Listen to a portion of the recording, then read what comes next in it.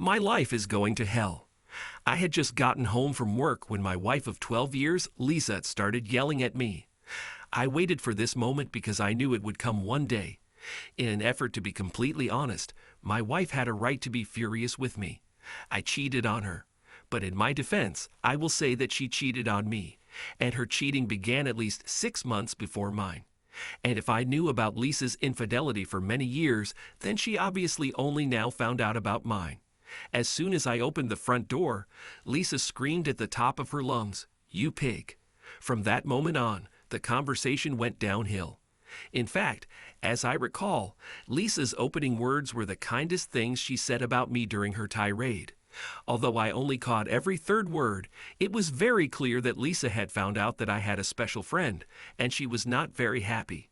Even if I had managed to get a word in edgewise, I couldn't think of anything to say to calm the situation. So I just stood there, staring at the floor, waiting for the storm to subside. Finally, when Lisa calmed down, she said, "Well, what can you say in your defense? Why don't I just file for divorce?" "Well, for starters," I said softly, "I know you've been having an affair for the last 9 years, so I agree we should probably get a divorce." "What? What are you talking about?" Lisa was stunned, and the color disappeared from her face. After rummaging through my briefcase, I pulled out several photographs, which I handed to Lisa. These were photographs of her infidelity. I didn't know what to expect, but what I received completely surprised me. I must explain that Lisa is incredibly rich and can send an army of lawyers against me. But instead of the explosion of anger I expected, Lisa dropped the photographs and began to sob. She then looked at me with an expression of complete agony and loss. What she said next completely stunned me. "I don't want a divorce. I love you." She then ran into our bedroom. Her reaction stunned me and left me even more confused than usual. Lisa is the most beautiful woman I have ever known. Even in my wildest fantasies, I never imagined that we would ever end up together. And when we got married, I expected that Lisa would get tired of our relationship and within a year or two would kick me to the curb. One of the peculiarities of our marriage was that Lisa's family was incredibly rich and insisted on a prenuptial agreement. I, of course, agreed. However, one point almost made me leave. Lisa insisted that the prenuptial agreement specify that there would be no children from this marriage, and I eventually agreed. I thought about this point for a long time, but by that time, I was hopelessly in love with Lisa. However, by the end of this story, I had 4 children. Did I mention that my life was completely ruined? I suppose I should give a little background on all this. Lisa Grevwise is my wife. My name is David Todman. Obviously, my wife didn't take my last name. In short, Lisa's family owns one of the most exclusive perfume companies in the world, and the family name is a brand. And since Lisa is the co-owner of this business, Grevwise Scents, it made sense for her to keep her maiden name. At first, I wasn't crazy about the idea, but over the years I've grown to really like it. Since Lisa kept her last name and I kept mine, many people do not know that we are married. This gives me a certain amount of anonymity. When we got married, I couldn't believe Lisa chose me. She was a stunning beauty and still is. Lisa is almost 5 feet tall with long black hair and the brightest blue eyes you've ever seen. She had the figure of a model with slightly larger breasts. In fact, Lisa worked as a model for some time during her teenage years. I look good, but I'm not a movie star. I'm a little taller than her, I have sandy hair, and I keep myself in shape. Regardless, Lisa was way out of my league, and I knew it. I met Lisa at a party thrown by my college roommate and his wife in the Hamptons. He traded commodities and was successful. His wife Beth attended Vassar with Lisa, and they were very close friends. When I was introduced to Lisa, I was duly impressed, as were all the other men in the room. She simply radiated sexuality and beauty. All the single guys and most of the married guys were drooling.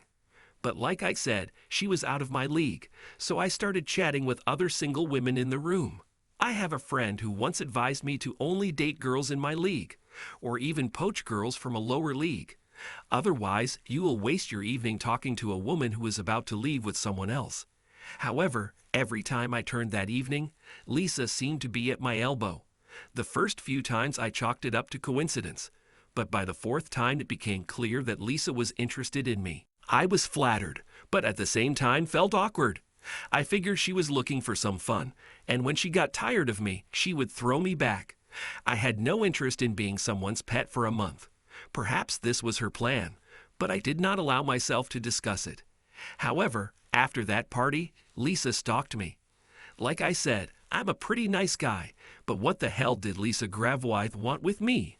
I was just a software salesman. Don't get me wrong, I'm a damn good software salesman. And after just 4 years of working in one company, I became one of the senior sales directors with a salary of around $5,000. But this is nothing compared to what Lisa earns. Her salary, excluding bonuses, is $40 million a year. So I think you can understand why I decided that Lisa was just playing with me. Perhaps my disinterest spurred Lisa on. But in the end, she wore me down. It took her 4 weeks to convince me to go on a date with her. It was 6 months before we slept together and a little over a year before we got married. It was a shamefully extravagant wedding. There were 600 guests, and I heard it cost about $6 million. Of course, her family insisted that I sign a prenuptial agreement. I know that Lisa was embarrassed to ask me about this, but I had no objections. I understood the need for it, and besides, I made good money myself, so I didn't care about her money. And yet, when I agreed to sign the contract, Lisa was incredibly happy. She told me that her family would disown her if she married me without a contract. But according to Lisa, she was going to marry me come hell or high water. However, I couldn't help but wonder how long our marriage would last. According to the prenuptial agreement, if we divorce before 3 years, I will only receive $500,000. This completely amazed me. I've never heard anyone put the word only in front of $500,000. But things got better. Each year that we remained married for more than 3 years, I received an additional $500,000, or a prorated share for the percentage of the year that we remained husband and wife. In the event of a divorce, Lisa could not make any claims to my assets. On the other hand, I also could not make any claims to her assets. But the best part of this whole arrangement was that I could sleep with the most beautiful woman in the world, and if she threw me out on the street, I would get at least $500,000. Of course, the marriage contract stated that we both agreed to refuse to have children. Although I eventually agreed to this condition, Lisa's parents were adamantly unhappy with the no children clause. But Lisa did not have a close relationship with her parents. Apparently, she only saw them at board meetings and claimed that they liked her brothers better than her. Besides, she already had a battle with them about not having children many years ago. It's no surprise that over the years we've seen very few of them. And when they came to visit, it was very awkward, especially for me because they looked at me as something lower than pond scum. I have to say that the first 3 years of marriage were truly wonderful. I truly believe that in those blissful years, she truly loved me. But soon after the 3rd anniversary of our marriage, I discovered that Lisa was cheating on me. Our marriage was truly unconventional. Lisa traveled a lot on company business.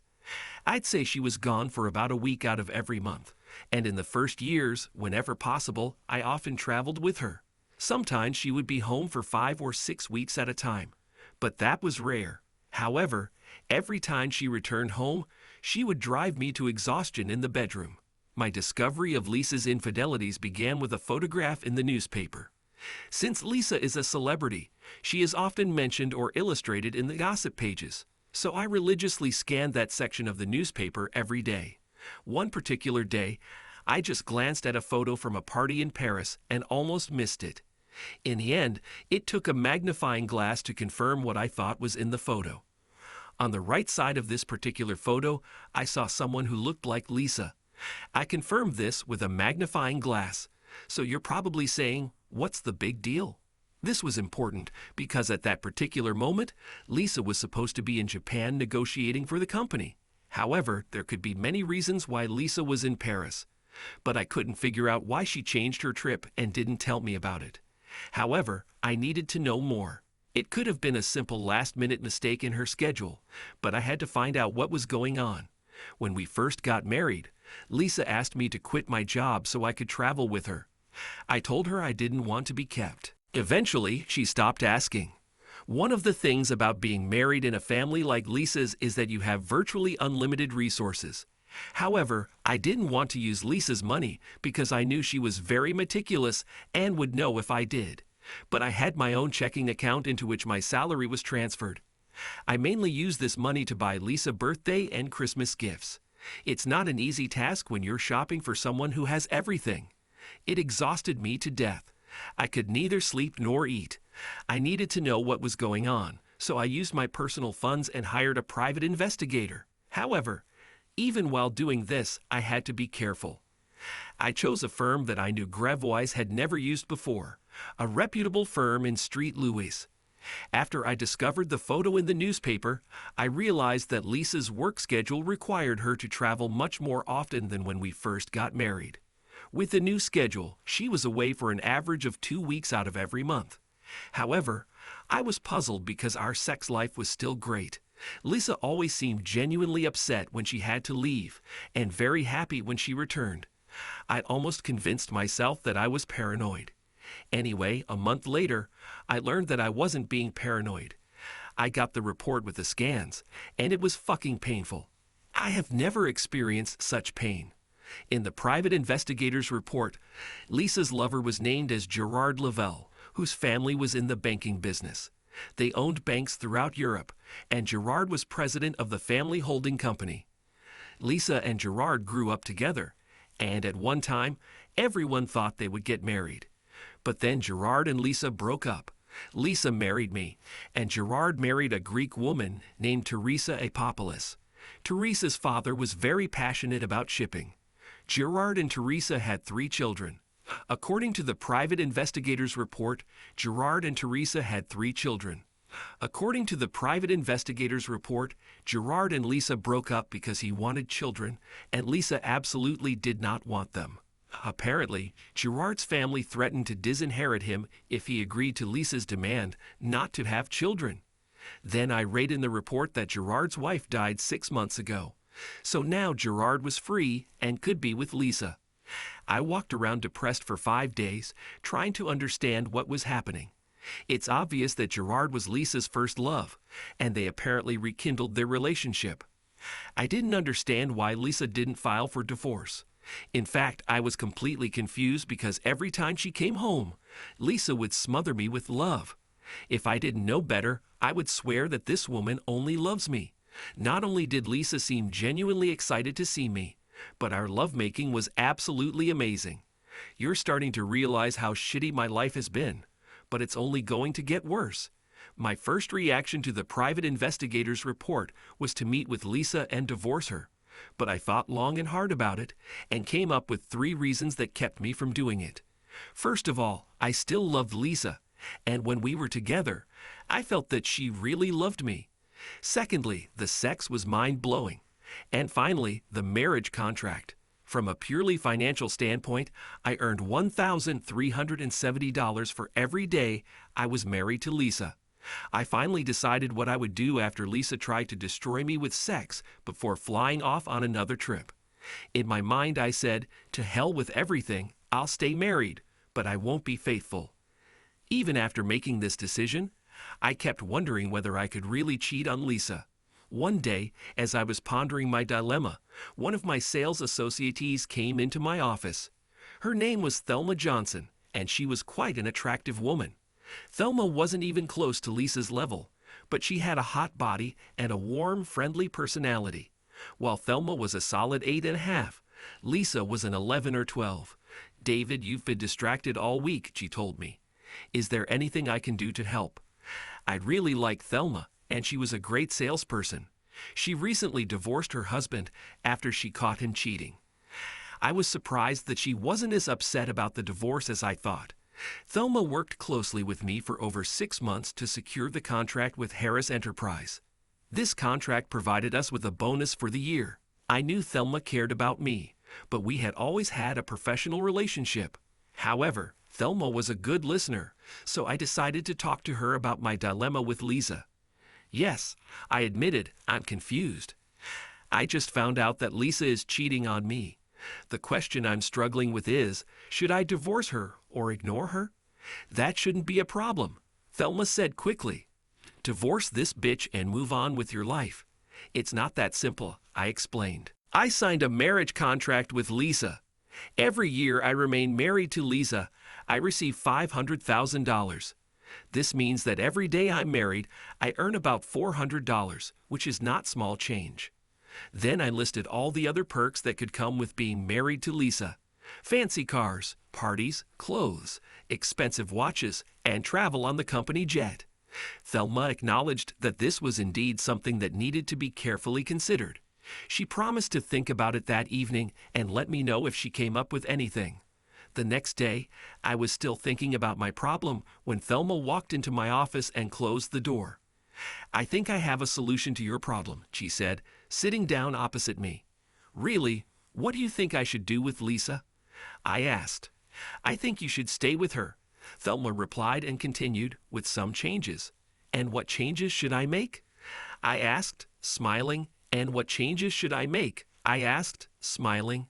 I was sure that Thelma would suggest that I stay married and just cheat on Lisa. I admit that I was leaning more and more in this direction, but I still had not convinced myself that I should decide to cheat. Although I still loved Lisa, her betrayal hurt me deeply, and I found it difficult to cope with. But what Thelma suggested shook me to my core.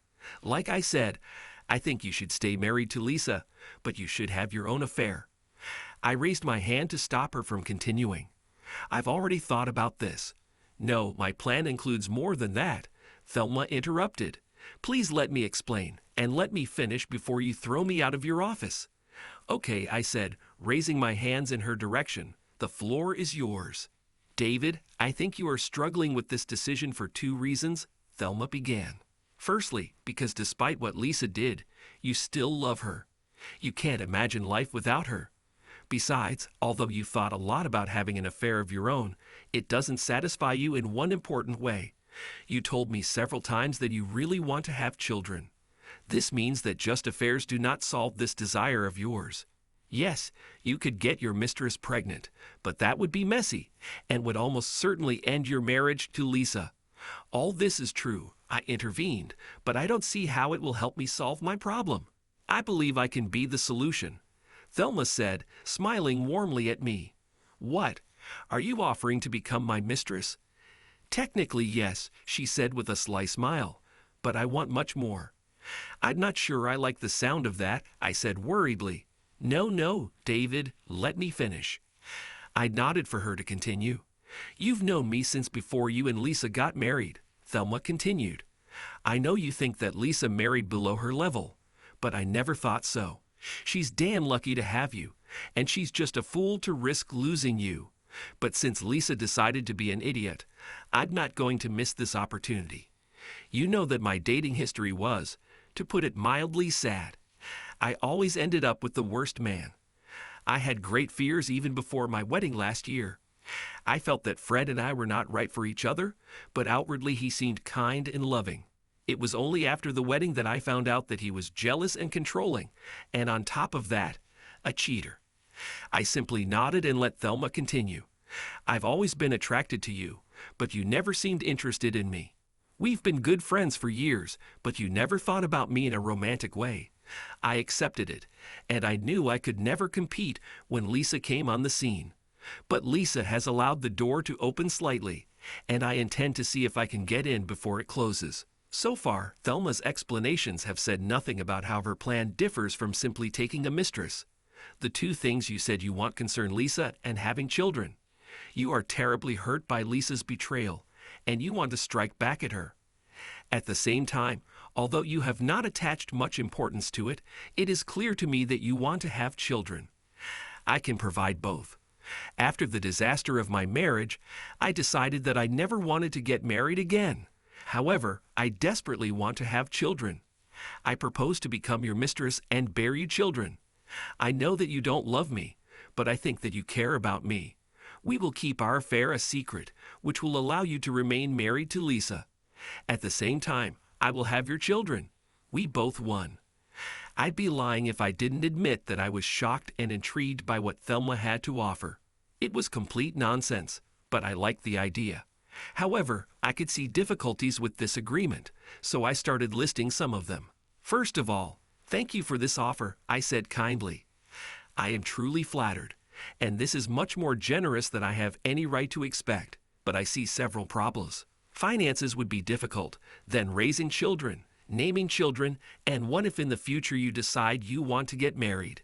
I ran into the same problems, Thelma admitted, but let me try to solve them. As for finances, I own my own home. All I would like to ask is that we share the costs of the children. On birth certificates, I would list your name as the father, but until you decide otherwise, they will use my last name. Although I don't think I'll want to get married in the future, I'm wise enough to know that you can never say never. Therefore, I propose to enter into a written agreement. In this agreement, we will include a clause that will allow either of us to terminate the agreement with 6 months' notice. If I remarry, you will have the right to decide on custody. If you decide to end our agreement, I will have custody of the children, but you will have liberal visitation rights. In any case, you will still be recognized as the father. We sat and looked at each other, but neither of us said anything right away. Finally, I broke the silence. "I must admit that I am very intrigued by your proposal. However, I'm not ready for this yet. Why don't we go on a few dates to see if we're right for each other?" Thelma agreed, and we started dating. The first few dates were just dinner and dancing. Then we had dinner and went to the theater. I found that dating Thelma was fun. She was warm and funny. This, of course, was much nicer than sitting at home and waiting for Lisa to return from one of her trips. On our 5th date, we hugged tightly in the car as I drove Thelma home. After the 6th date, Thelma said, "We're definitely compatible on our dates. Now let's check if we are compatible in bed." Sex with Lisa could be mind-blowing, so I didn't know what to expect from Thelma. As we undressed, I realized that Thelma, when she was naked, was closer to a 9. Thelma was shorter than Lisa and fuller, but her body was very soft and sexy. We made 3 rounds before I headed home. I thought I would feel guilty for cheating on Lisa, but I don't. In fact, communicating with Thelma somewhat softened my wounded pride. The next day, Thelma walked into my office beaming. Closing the door, she walked around my desk and gave me a searing kiss. "I think after last night, we know we're compatible. So what do you want to do now?" I was grinning from ear to ear. "Why don't you find a lawyer who has nothing to do with this company or any of Lisa's companies? Let them draw up an agreement. Then we'll see what comes of it." Thelma smiled widely. "I know the perfect lawyer, my brother Tim. He and I are very close. He also knows that I'm a bit flighty and warned me against marrying Fred." So Thelma left and I went back to work. As the days passed, I thought less and less about the idea. And since Thelma didn't mention it, I thought she might have changed her mind. Anyway, I didn't mean to bring this up. Also, I was becoming more and more convinced that I should just divorce Lisa and accept my financial losses. At least it won't be like what happens to most husbands when they get divorced. They end up in a complete mess in every possible way. In many cases, these men deserve to be fucked. But in many other cases, it is the wife who deserves to be burned to ashes. In my case, I would at least be left with a lot of money. 2 weeks after our conversation, Thelma walked into my office and closed the door. She placed the completed contract on my desk. "Give him as much time as you want. Make any changes you want. If we both agree, we will sign it in front of my brother. He will have the necessary witnesses and a notary." I was surprised because Thelma didn't say a word about the proposal after our night together, and we didn't go on another date. I was sure that the idea was dead, but now the agreement was on my desk. It was amazing how quickly my thoughts turned to taking Thelma as my mistress and having children with her. Thelma's brother was very attentive. He even raised questions that neither Thelma nor I had ever thought about. I was struck by the question of what would happen to the children if something happened to Thelma or to me. This question chilled me to the bone. Tim's solution was simple. If Thelma died, Tim agreed that he and his wife would raise the children if I continued to live with Lisa. If at that moment I want to acknowledge the children, I will receive them.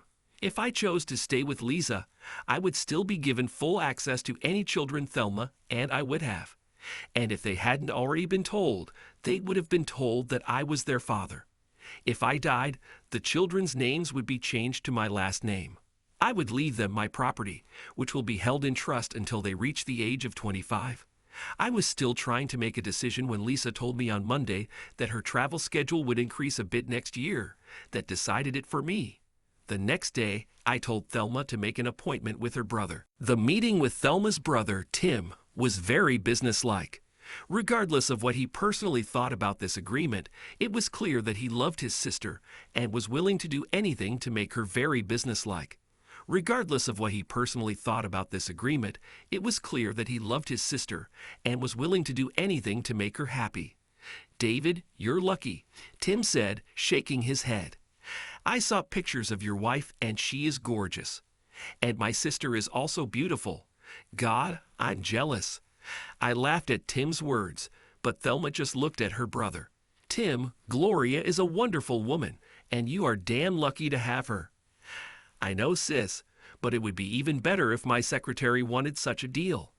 Tim chuckled and then said quickly, "I'm just kidding. Gloria is more than enough for me." This satisfied Thelma, and she smiled.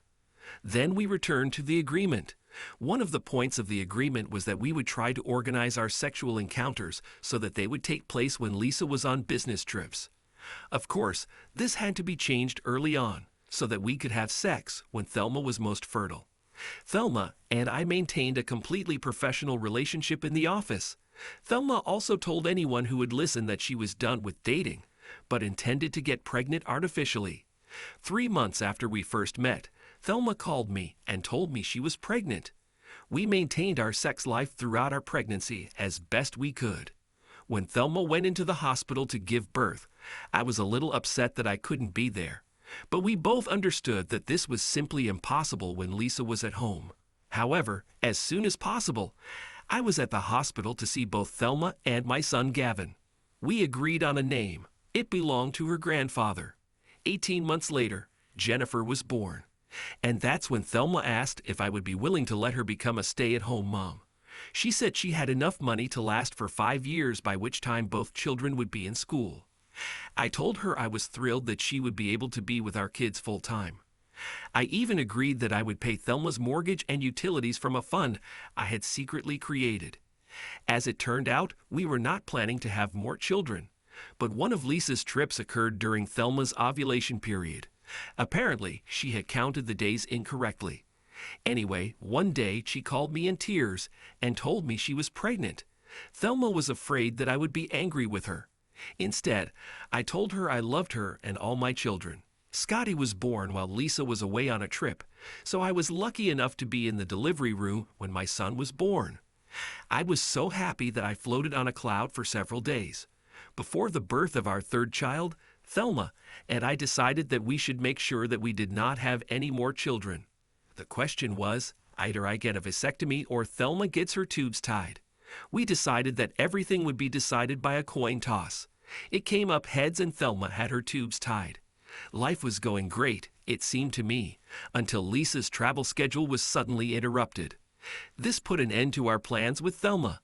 If Lisa didn't run away to cheat with Gerard, then I felt ridiculous running away to cheat with Thelma. I know it doesn't make sense, but if you think about it, our whole situation doesn't make sense. Until Lisa canceled the trip, she seemed happy, I was happy, and Thelma was ecstatic. As the weeks turned into months, both Lisa and Thelma became more and more upset with me. Lisa wanted me to do even more things with her. She said that we had grown apart and she wanted to reconnect. Thelma was upset and unhappy because we hadn't made love in almost 6 weeks. I still had sex with Lisa, but I felt guilty about it, so sometimes I did it poorly or not at all. My life was completely screwed up, and I didn't know what to do to unravel it. That day I came home and discovered that Lisa had found out about my betrayal. "I think you're right, we should probably get a divorce," I said, relieved that this might be a way out of my predicament. Lisa looked at me in complete shock and burst into tears. Lisa said she loved me and didn't want to get a divorce, and ran into our bedroom. Her reaction took me by surprise, so I followed her to continue the conversation and found her face down on our bed crying. I sat down next to her and pulled her towards me. You were right, Lisa. We have been moving away from each other for many years. I thought you wanted a divorce. No, I don't want a divorce, she was able to say. Then why did you bring this up? I asked, completely confused. I thought this would shock you and make you realize that we need to work on our marriage, Lisa said between sobs. I said, struggling with what to say next. Listen, Lisa, I said, nervously running my fingers through my hair. I've known about your affair with Gerard for years. I just thought that now you are ready to commit to each other. God, no, she gasped. Why didn't you ever say anything? At first I was so hurt that I intended to talk to you and ask for a divorce, I explained. But the more I thought about it, the more I realized that I would be hurting myself financially. But even more than that, I still loved you very much. However, I was in so much pain that I was almost ready to start divorce proceedings. But then a woman in my office convinced me that there was another way. Lisa had a hard time comprehending this whole situation. Until today, she never suspected that I knew about her affair. And until recently, she had no hint of mine. So you have a mistress? Lisa was crying, tears flowing down her cheeks. You are so cruel. Get out and leave me alone. With every minute, the situation became more and more incredible. Why the hell was she mad at me for having an affair when she started having an affair before me? I decided this was the perfect opportunity to make a quick getaway and spend some time with Thelma and the kids. The situation was so bad that I couldn't believe it could get any worse. But I was wrong. When I showed up at Thelma's, she attacked me.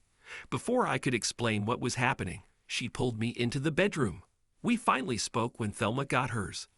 I thought you had lost interest in me, she said meekly. Now that Lisa was around all the time, I decided that I no longer needed you. I was going crazy thinking about how I would live without you. I then told Thelma about the strange conversation with Lisa and her emotional outburst.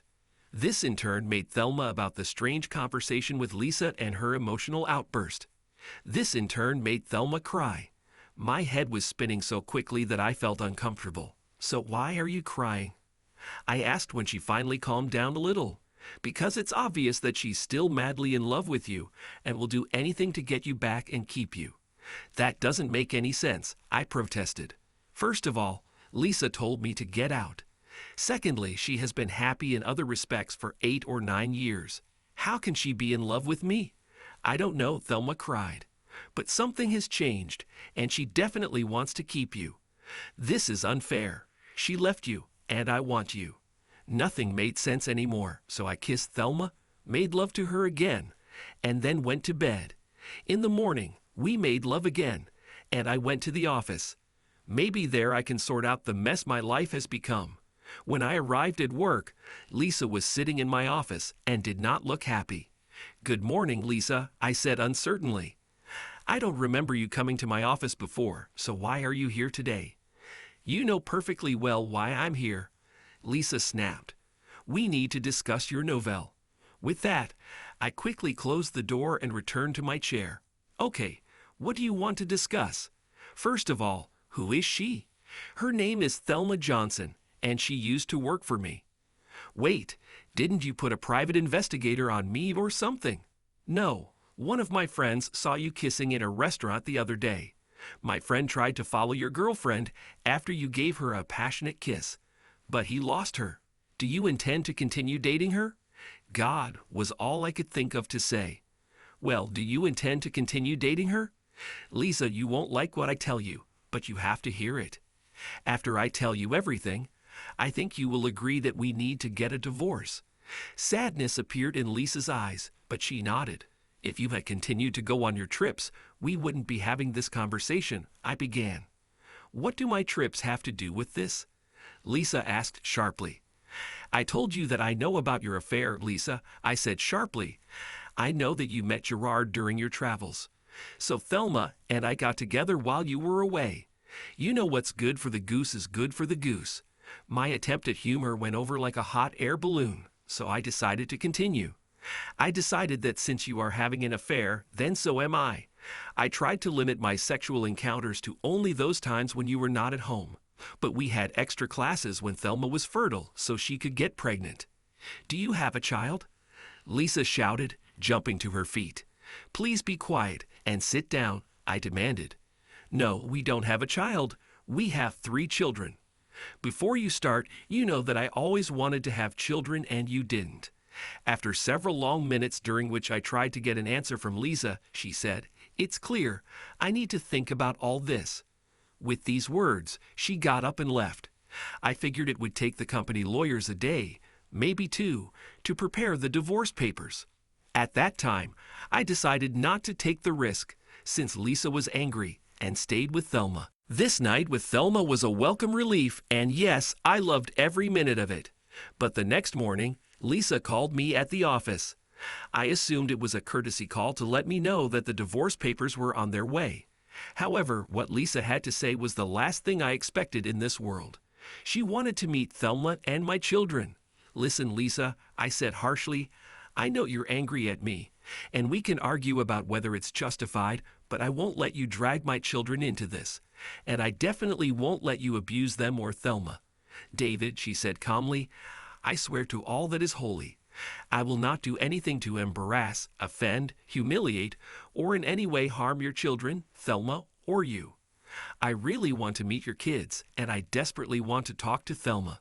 Plus, I'll have a fully qualified nanny to watch the kids while we talk. After our meeting, if you wish to continue with the divorce, I will more than honor our agreement. I thought for a moment and decided that meeting with Lisa might be the best way to get things settled as quickly as possible. However, if Lisa did anything to upset my children or Thelma, it could quickly backfire. Look, I have to ask Thelma, I said, but if she agrees, when and where do you want to meet? Maybe at our house tomorrow at 10 in the morning. Thelma was not happy about meeting Lisa. She believed that if I saw them side by side, I would understand how much better Lisa was. I just rolled my eyes and told her that would be the fastest way to end the divorce. The next day, I took Thelma and the 3 children to Lisa's house. I could tell Thelma was completely intimidated by the house and the size of the estate. The kids were excited because I told them there was a pool, a game room, and an ice cream bar. I rang the bell instead of entering as usual. I was surprised when Lisa opened the door. There were at least 3 servants in the house during the day, and they usually answered the door. David, Lisa said with a smile, You don't have to ring a bell to enter your own home. I wasn't sure what kind of reception I would get. I answered meekly. Lisa introduced us to an overweight, middle-aged woman who seemed quite pleasant. This is Helen. Lisa introduced the nanny. She is going to take the children to the pool. We'll sit in the kitchen where you can keep an eye on them too. Once in the kitchen, Lisa offered us something to drink. I was desperate for whiskey, but given what we were here for, I asked for a Pepsi. Thelma took a glass of water, and Lisa poured herself a glass of wine. I remember thinking this was unfair. If I had known there were alcoholic drinks on the menu, I would have ordered differently. Thelma, Lisa began, David told me that you two have been together for about 8 years. As many as we could, Thelma answered nervously. David insisted that we meet only during your travels. However, he often stopped by for an hour or 2 to be with the children. He always managed to be present at all children's parties. Lisa gave me a strange look. So you were happy with David? Don't you want to find someone to be your full-time husband?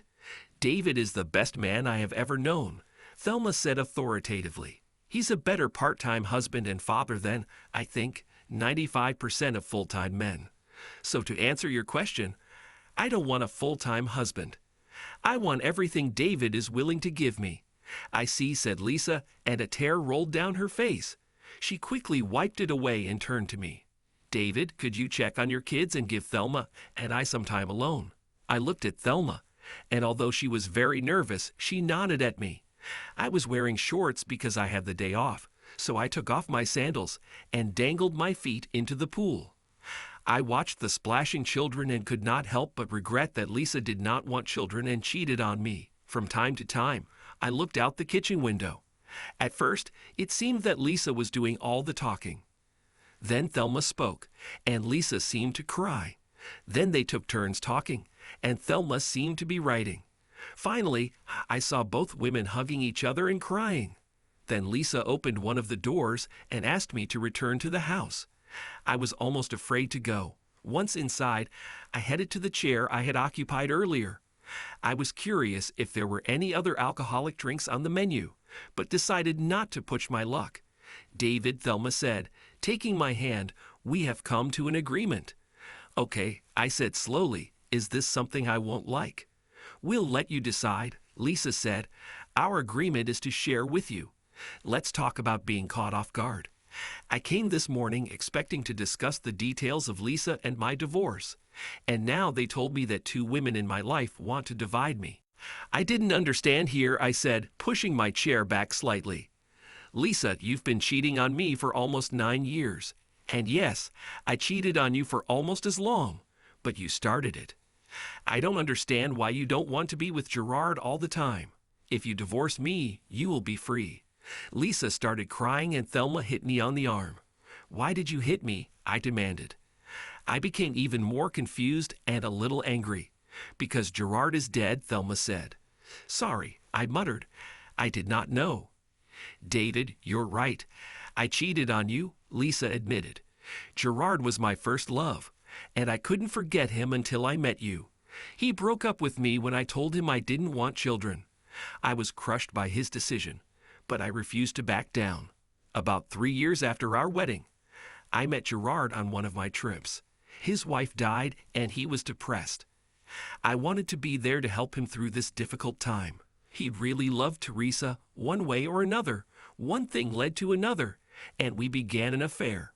One way or another, one thing led to another, and we began an affair.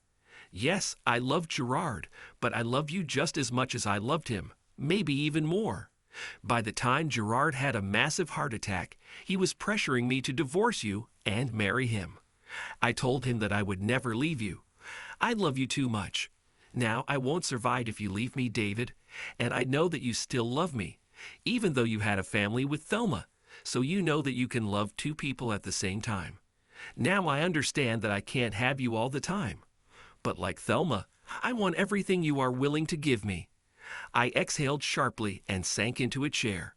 I know a lot of guys dream about this, but all I saw was a potential nightmare. Everything in my body screamed that two women wanting the same man was a recipe for disaster. I looked from Lisa to Thelma, and then back again. I saw hope and fear in the eyes of both women, so I decided to play dumb. "And how exactly will this work?" I asked. In response, Thelma took out a notepad and began looking through the schedule. The agreement was quite detailed, but the gist was that Lisa would stay in the master bedroom. Thelma and the children would live in the north wing, which had 3 bedrooms and 2 bathrooms. I stayed with Thelma overnight on Monday, Wednesday, and Friday. I stayed with Lisa on Tuesday, Thursday, and Saturday. On Sunday, I could sleep wherever I wanted. The fact that I slept with one woman or another did not mean that sex would be constant. This was decided between the couples. However, if one of the women decided that she did not want or could not have sex, I was not allowed to sleep with the other. There were many other rules, but this was the basic agreement. I told them I needed to think about it. I was very skeptical about this whole idea, but both women insisted that it was either cohabitation or nothing. I didn't believe it. I was sure that any of the women would be happy to hire me full-time, but then I became paranoid. What if they were serious about sharing or nothing? Would I risk losing both women? Anyway, I had to leave for a business trip the next day, so I told them I would give an answer when I got back. I was surprised that I could work so effectively with such a huge life change looming over my head. But after I completed my contract with Stellar Enterprises and was flying home, I realized why I was able to work on this trip. I've already made my decision. I agreed to the deal. Thelma returned to her brother to draw up a new agreement. His eyes widened when Thelma told him what was going on. After Thelma finished explaining the deal, his first comment was, "David, I hate you with all my being." Of course, I knew he was joking, so I joked back. "You could still take yourself as a mistress," I suggested, and immediately received a slap from Thelma. "I wouldn't dare," Tim admitted. The arrangement seemed to be working well until almost 7 months had passed. I can't say that my sex life has become more intense. However, she has become more consistent. I have sex at least 3 times a week, but sometimes there are 4 or 5. With a nanny looking after the children, Thelma returned to work in my office. Lisa was a little worried at first, but she corrected the situation to her satisfaction.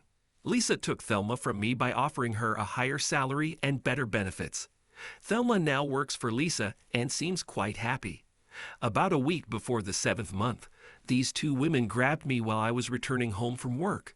They explained that there was a problem with the contract and it needed to be amended. It flashed through my head, Lord, what now? Can my life get any worse? They explained that there was a problem with the contract and it needed to be amended. It flashed through my head, Lord, what now? Can my life get any worse? The answer was yes. Having seated me at the table in the dining room, Lisa immediately explained the essence of the problem. David, I want to have a baby.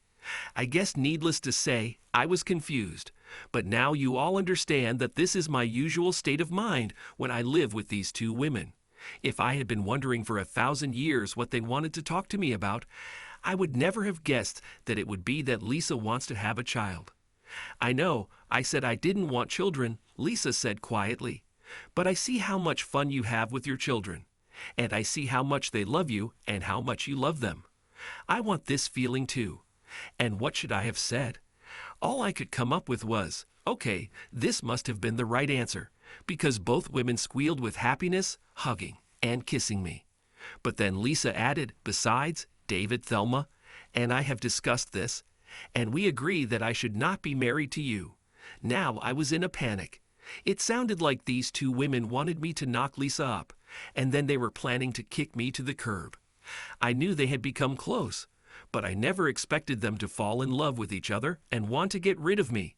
Let me check if I understood everything correctly, I said, looking at Lisa. You want me to get you pregnant, and then you both kick me to the curb. I don't think I want to be a part of this. If you want to get rid of me, just say so and I will leave peacefully. However, if you girls think you are going to cut me off from my children, I will fight you to the last. What? Thelma's voice rose 3 octaves. No, David, you got it all wrong, Lisa said hastily, her face turning red. It's my fault. I explained everything incorrectly. David, we don't want to get rid of you, Thelma said, rushing to hug me. I love you with all my heart. I'll be crushed if you leave. David, I feel the same. Lisa had tears running down her cheeks. Well, then I have no idea what you 2 are talking about, I said desperately. I need a drink. I didn't care that it wasn't on the menu. I think we should all have a drink, Lisa said, taking my hand. When we calm down again, I will try to better explain what we want to do. But David, I want you to understand that we will respect your decision, whatever it is. Okay, Lisa, I said, finishing my first shot of whiskey. First, explain to me about the child. Are you sure you want a child? This is a radical change for you. Of all the things these women discussed before our arrangement, having another child was not one of them. But after Thelma and I started having fun with our kids, it must have started Lisa's biological clock. After some time, the desire to have my own child became irresistible. This new development required changes to the agreement so that Lisa could have me more often, especially when she thought she might be fertile. It took 4 months, but eventually Lisa became pregnant and gave birth to a beautiful baby girl, Charlotte. She has her mother's eyes and my smile. Thelma and the kids adore her. She has her mother's eyes and my smile. Thelma and the kids adore her. As for the supposed divorce, it was another chapter in my crazy married life. When Lisa talked about not wanting to be married to me, it was just another part of the madness in our ever-changing agreement.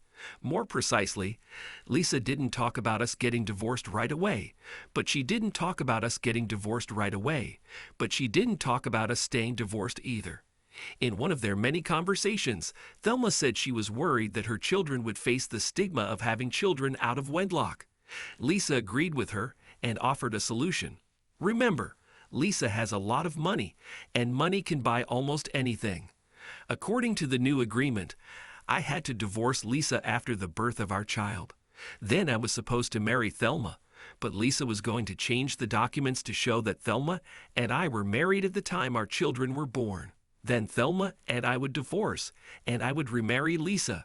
If you're confused, think about how I feel. Shortly after Charlotte was born, I signed the divorce papers and married Thelma. I don't know how Lisa did it, but she had a marriage license and the records were changed to reflect my intended marriage to Thelma. I asked Lisa why she didn't just change the records without the marriage ceremony. They told me that this was a woman's business, and I fell silent. The only downside to Lisa having a baby was that Lisa's parents now wanted to visit more often to see their grandson. It added some spice to our lives, and I was sure Lisa's parents didn't buy Lisa's story about having an administrative assistant always on hand. Besides, I caught their glances when they didn't think I would notice them. You're probably wondering what the kids thought of this blended family. Apparently, they didn't think anything of it when they were little.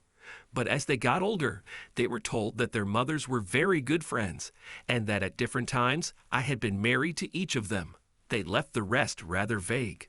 When the children grow up, I have no doubt that they will understand that our family is not entirely ordinary. Thanks to everyone who took the time to listen to today's stories.